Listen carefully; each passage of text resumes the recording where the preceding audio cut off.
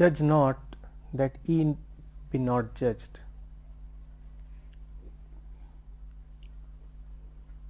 Judge not that ye be not judged. Do not judge others so that you may not be judged. Often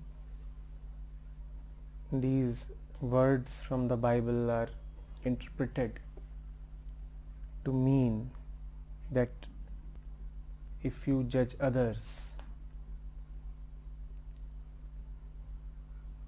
then you too will be judged, and that too probably harshly by God.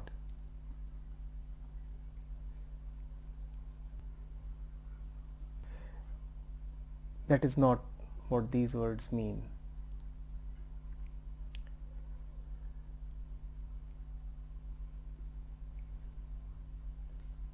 That which we call as I is not different from the world.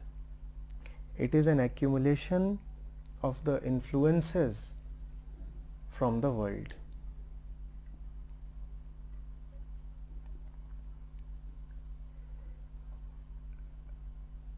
There is no way you look at yourself any differently from how you look at the world.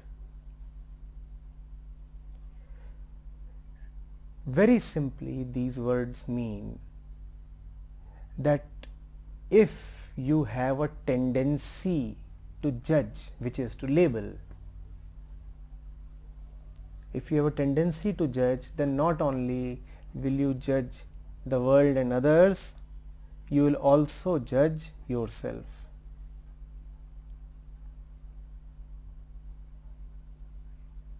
God has not arranged a day of judgment. In fact, God is not fond of judging you at all.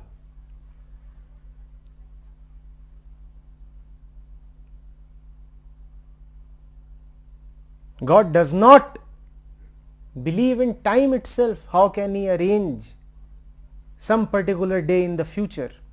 As far as God is there, there is no future.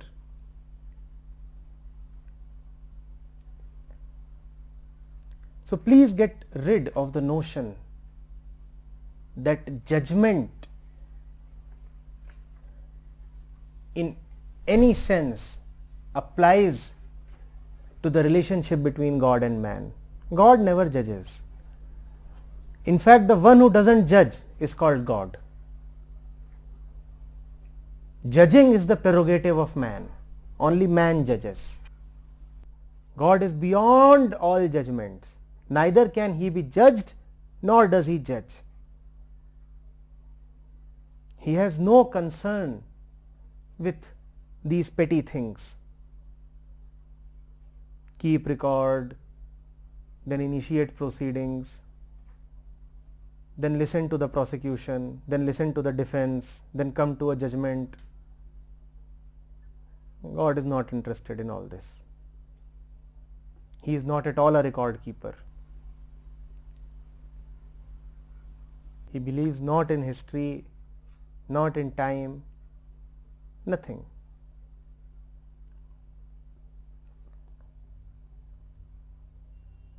It's just that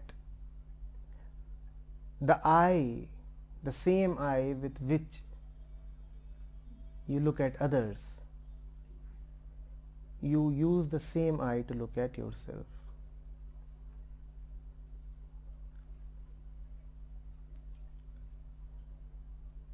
Which also means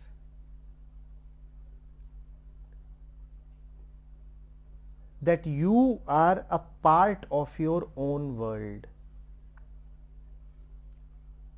You have created a dream world of which you are a character. Have you seen yourself dreaming? You dream and there are 100 characters in your dream. And out of the 100 characters, you too are one of the characters. Has that not happened? Such is the world. We say the world consists of me and others. No, the world consists only of others. You too are an other. The real one you have no familiarity with. You know just others. The one whom you call as yourself, he too is just an other. He is not you. You are not what you think you are. You are grossly mistaken about yourself. Just as you do not know the world, just as you do not know others, you also do not know yourself.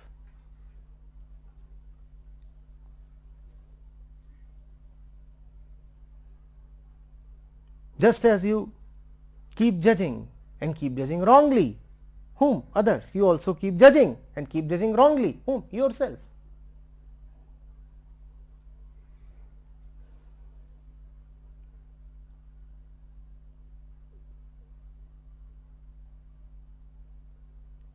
Further, it is said, for with what judgment ye judge, ye shall be judged, and with what measure ye measure, it shall be measured to you again. That only exemplifies what we have just said. The same eye with which you will look at others, you will also look at yourself.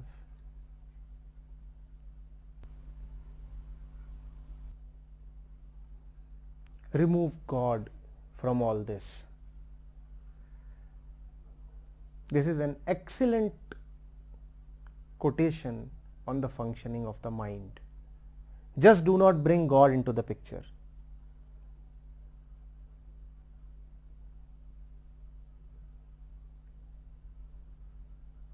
You can pray to God that He helps you understand the mind, but do not make God an object of the mind. Pray to God that He helps you understand what is being said here. But remember, what is being said here is not being said about God. It is being said about your mind. This notion that God will judge, that too in the future, is a deeply flawed notion and is responsible for so much of human suffering.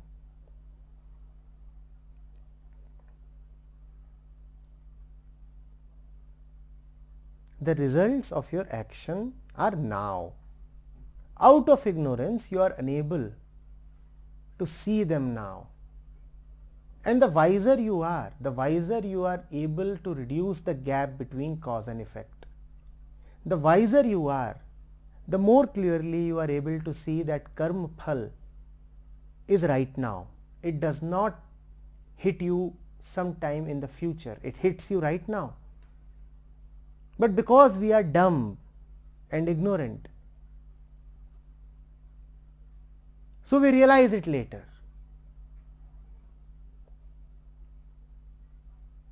We realize it later. A particular mosquito bites you, let's say the dengue mosquito. Now you have already been struck by the disease, but you realize it only after your temperature rises and your platelet count drops, and the doctor certifies that your platelet count has dropped. Then you say that, oh my God, now I am suffering. The fact is, it all happened right in the moment of the bite, just that you could not know it then. It's useless to distinguish between cause and effect. Seen clearly, the cause and effect are simultaneous.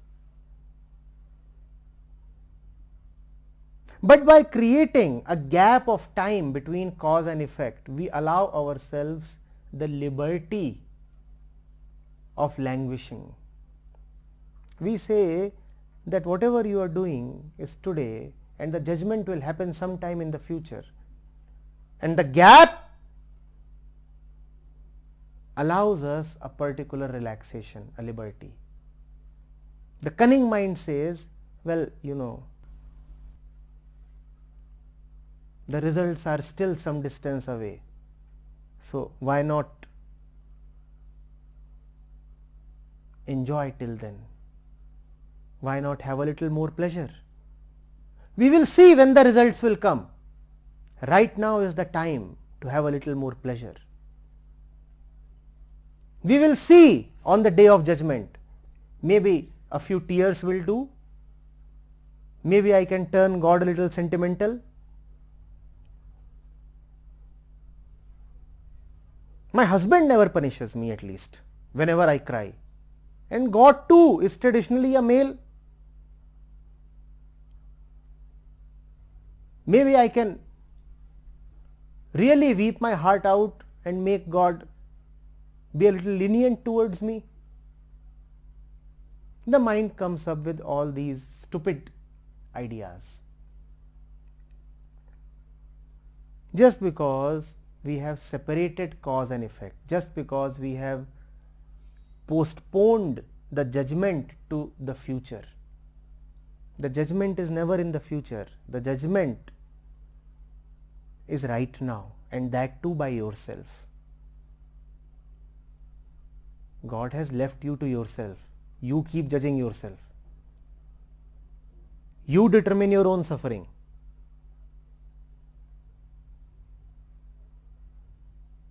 And when you are fed up of your suffering, then God says, I was always available. You determine what you want to do. God has no interest in judging you.